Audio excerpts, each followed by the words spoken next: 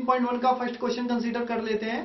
तो इस क्वेश्चन में है give some examples of data that you can collect from your day to day life. यानी इस क्वेश्चन में हमें कुछ डेटा के एग्जांपल्स लेने हैं हमारी डेली लाइफ से। तो देखिए हम कौन कौन से कलेक्शंस बना सकते हैं अपनी डेली लाइफ से। हम इधर उधर आपस में सोच के कहां से कलेक्शन बना सकते हैं। तो देखो जैसे कि हमें मालूम है कि हमारे स्कूल में हर क्लास में अलग अलग नंबर ऑफ स्टूडेंट होते हैं, हर क्लास में लगभग।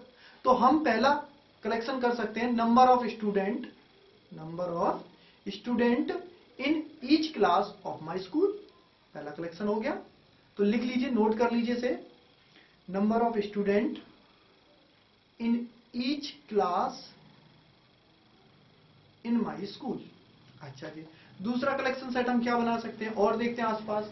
तो देखिए हर एक हमारे आसपास जितने भी घर हैं, सबके घरों में ज्यादातर अलग अलग संख्या में लोग रहते हैं। किसी के यहाँ 5 लोग रहते हैं, किसी घर में 6 लोग रहते हैं, तो उनका भी हम कलेक्शन बना सकते हैं। तो दूसरा आंसर हो सकता है हमारा, दूसरा कलेक्शन हो सकता है number of persons in each family in our neighbourhood.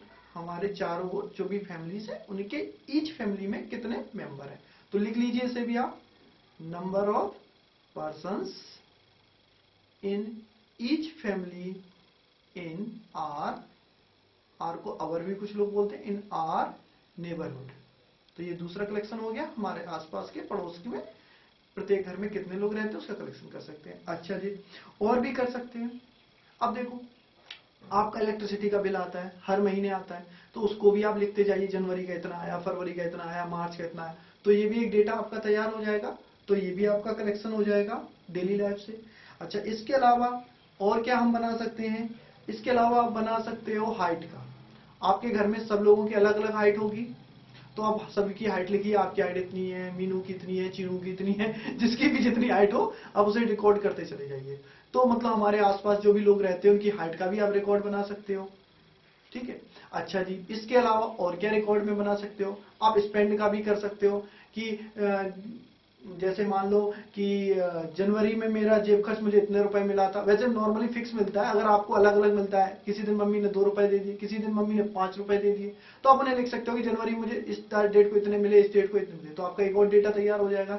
इसके अलावा आप न्यूज़पेपर वगैरह पढ़ते हो, उसमें भी कई बार बहुत सारा डेटा प्रिंट होता है, वो कलेक्शन है। कभी खबरों में छपता है कि भारत की पॉपुलेशन का रेशियो दिखाते हैं कि 1991 में कितनी थी, 92 में कितनी हो गई, 90, तो भी आप कलेक्ट कर सकते हो सेकेंडरी डेटा। ठीक है। तो इस तरीके से आप अपने चारों ओर की इंफॉर्मेशन, चारों ओर से बहुत सारे डेटा को कलेक्ट कर सकते हैं।